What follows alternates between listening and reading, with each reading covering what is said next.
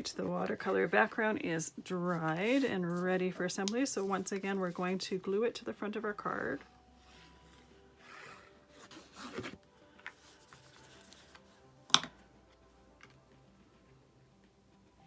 And center it. And then glue the die cut.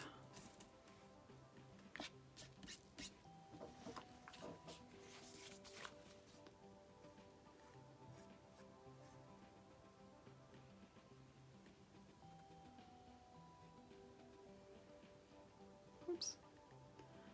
And then I put a little bit behind the lighthouse, and any of these points where the waves go up, put them there.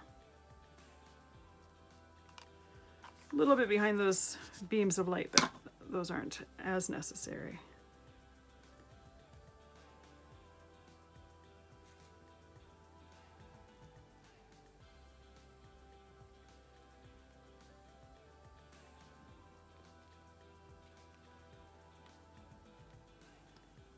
All right, I'm going to set that aside and put my acrylic block on it for a few minutes. So the die cut with the reindeer actually has 4 reindeer, but it ends up being too long, as well as the fact that I prefer it with 3 reindeer. So I'm gonna cut one of them off. You can keep it for another project. I tend to toss them out, but if you can think of something to use it for, always better to reuse it. And then the reindeer, I put a tiny little bit of glue on their bodies, and then legs and horns, reins. All right, now I'm going to put this on here.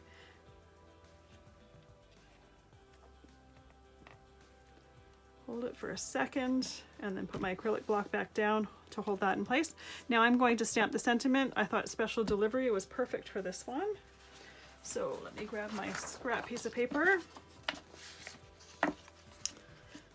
And then, where did my pad go? You can see my pad is quite stained. When you're doing stuff with opaque embossing powder, as well as on dark cardstock, you don't see that. So if your pad gets stained, I just save it for things like this where it's dark cardstock or I'm using metallic powder.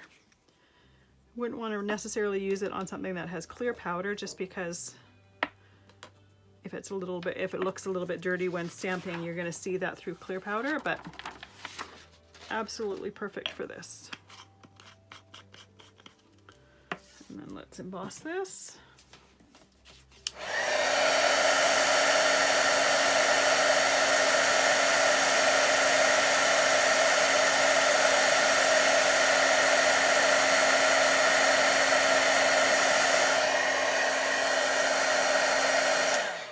There we go. You can typically see it go from kind of a matte silver to a shiny glossy silver when we're using the heat gun. And it has to be a heat gun. You can't use a blow dryer. A blow dryer will just dry the ink and blow the powder off. A heat gun emits heat and will melt the powder, which is what we're going for. So once again, I put my piece under the ruler and just use the edges of the ruler to guide myself to cut them straight. There we go, and then let's cut the ends off.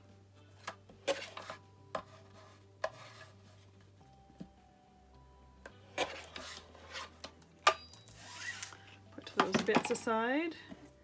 I'm going to put some foam pop dots on again because I want to pop that out just a little bit. I always love it when cards have a touch of dimension to them.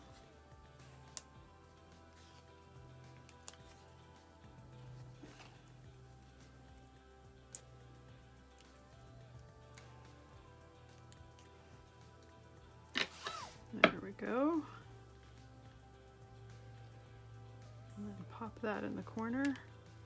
Basically wherever you want it. I thought it looked best just a little bit outside of the frame and up, but wherever you like it is good. Next or last thing I'm going to do is Just going to add some silver accents to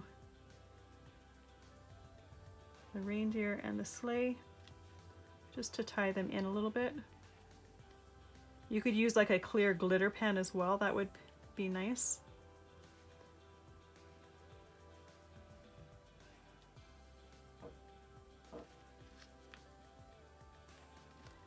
My die cut actually moved, so it's clearly not glued down quite yet, but that's okay.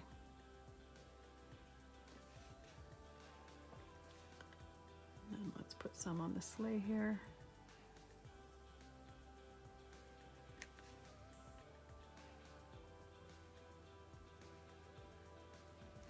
And by doing it with a gel pen, you've got a lot of control over where it goes. And you definitely want something that's fine point. You wouldn't want to try to do that detail with something that had a wide point to it. So I'm going to leave this one like this. My sample card, I ended up putting some glossy accents in the windows of the lighthouse, but I actually don't really like how it turned out. I'm not sure if you'll be able to see it. It was really hard because those parts are so narrow. It was really hard to keep all of the glossy accents in there, so it kind of floods over a little bit. And personally, I don't necessarily love that look. So I'm going to leave this one just like this. I think that looks much better.